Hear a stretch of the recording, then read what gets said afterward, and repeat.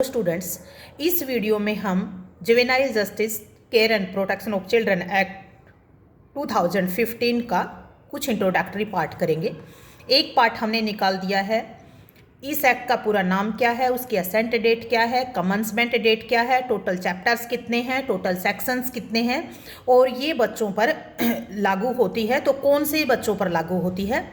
ये दो तरह के बच्चों पर लागू होती है, जिन बच्चों को नीड एंड केयर की ज़रूरत है और जो बच्चे कन्फ्लिक्ट विद लॉ हैं।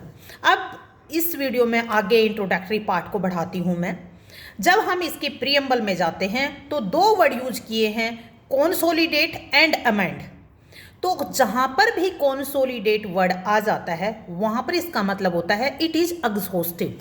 एग्जॉस्टिव का मतलब बड़ी है कि जहाँ पर भी जे एक्ट में जो दो तरह की चीज़ों का बोला गया है उससे रिलेटेड यदि कोई भी इश्यू आता है तो जे एक्ट के प्रोविजंस अप्लाई होंगे।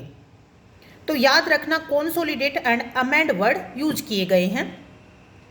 अब जे एक्ट क्यों लाया गया? जे एक्ट लाने का एक ऑब्जेक्ट था सरकार का, तो इसके पीछे सरकार के पास कुछ चीज़ें थी जिनको इसके थ्रू इन्फोर्स किया जा सकता था। जैसे हमारे फंडामेंटल राइट के आर्टिकल 15 के क्लोज 3 में बच्चों के वेलफेयर के लिए सरकार काम करती है, जो हमारा एक फंडामेंटल राइट है एज ए चिल्ड्रन और वुमेन। उसके ऑब्जेक्ट को पूरा करने के लिए, उसको लागू करने के लिए सरकार ने ये एक्ट लेके आई। फिर उसके बाद आर्टिकल 39 का क्लोज ई क्लोज एफ जो बच्चों के सुकुमार अवस्था को डेवलप करने के लिए और उनके प्रोटेक्शन के लिए प्रोविज़न दिए गए हैं, जो फंडामेंटल ड्यूटीज़ हैं स्टेट गवर्नमेंट की, उनको पूरा करने के लिए। आर्टिकल 45 में 6 साल तक के बच्चों को फ्री एजुकेशन प्रोवाइड किया जाएगा, तो उस ऑब्जेक्ट को पूरा करने के लिए। आर्टिकल 47 में सिटीजन ऑफ इंडिया कोई भी है उनके न्यूट्रिशन का ध्यान रखा जाएगा, तो न्यूट्रिशन में स्पेसिफिक बच्चे और मदर आ जाती हैं, तो उनके ऑब्जेक्ट को पूरा करने के लिए उन्होंने ये एक्ट ले आया। फिर उसके बाद इंडिया ने 11 दिसंबर 1992 को एक कन्वेंशन साइन की थी जो राइट्स ऑफ चाइल्ड था। उसके कन्वेंशन के साइन किए तो उस एग्रीमेंट के ऑब्लिगेशन को पूरा करने के लिए जे एक्ट, क्योंकि राइट ऑफ चिल्ड्रन था। अब हमारे पास जैसे कन्वेंशन एक 1992 की हो गई है। फिर 1985 में एक बीजिंग रूल था जो एडमिनिस्ट्रेशन ऑफ द चिल्ड्रन की बात करता है। एक 1990 में है जो बच्चों के रूल्स और उनके प्रोटेक्शन की बात करता है। तो इन चीज़ों को पूरा करने के लिए सरकार ने जे एक्ट को लेके आ गया।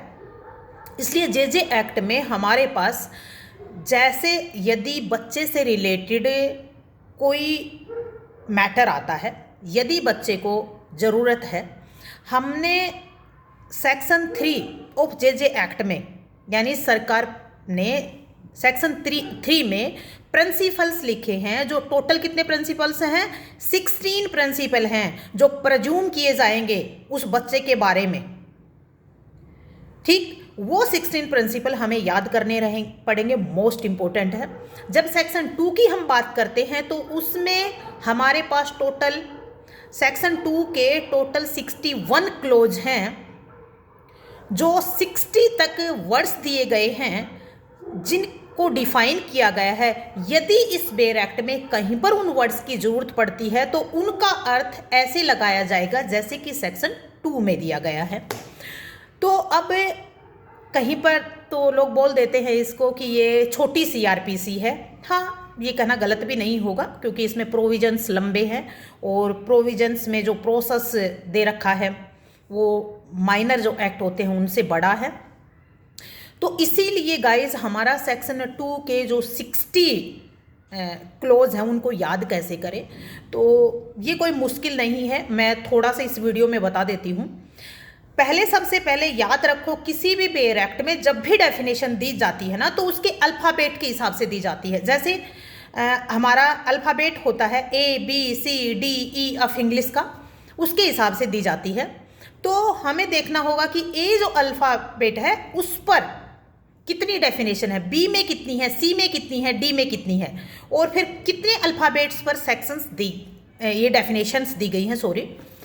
तो हमारे पास जब 60 डेफिनेशन दी गई हैं तो इसमें जैसे ए पर हमारे पास 7 डेफिनेशन है। सिंपल सी बात है, सेक्शन 2 का क्लोज ए से लेकर सेक्शन 2 के क्लोज 27 तक ए के बारे में डिफाइन किया गया है।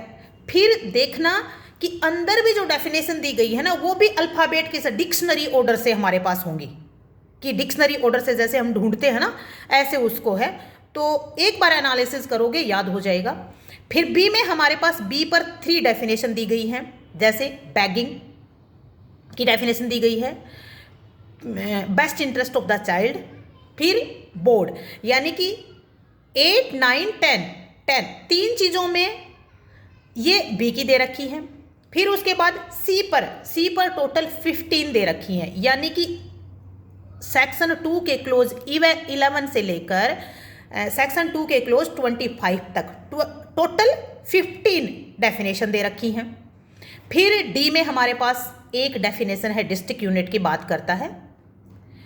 डी ई हमारे पास एक भी नहीं है। एफ में हमारे पास 4 है, एफ 4, जब 4 बोलते हैं तो एफ आता है और उसमें है भी 4 ही।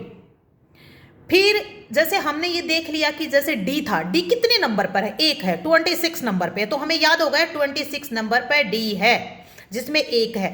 फिर यानी कि 4 हमारे पास एफ पे है, तो 27, 28, 29, 30 में भी हमारे पास अल्फ़ाबेट की बात है तो हम उसमें भी देख लेंगे।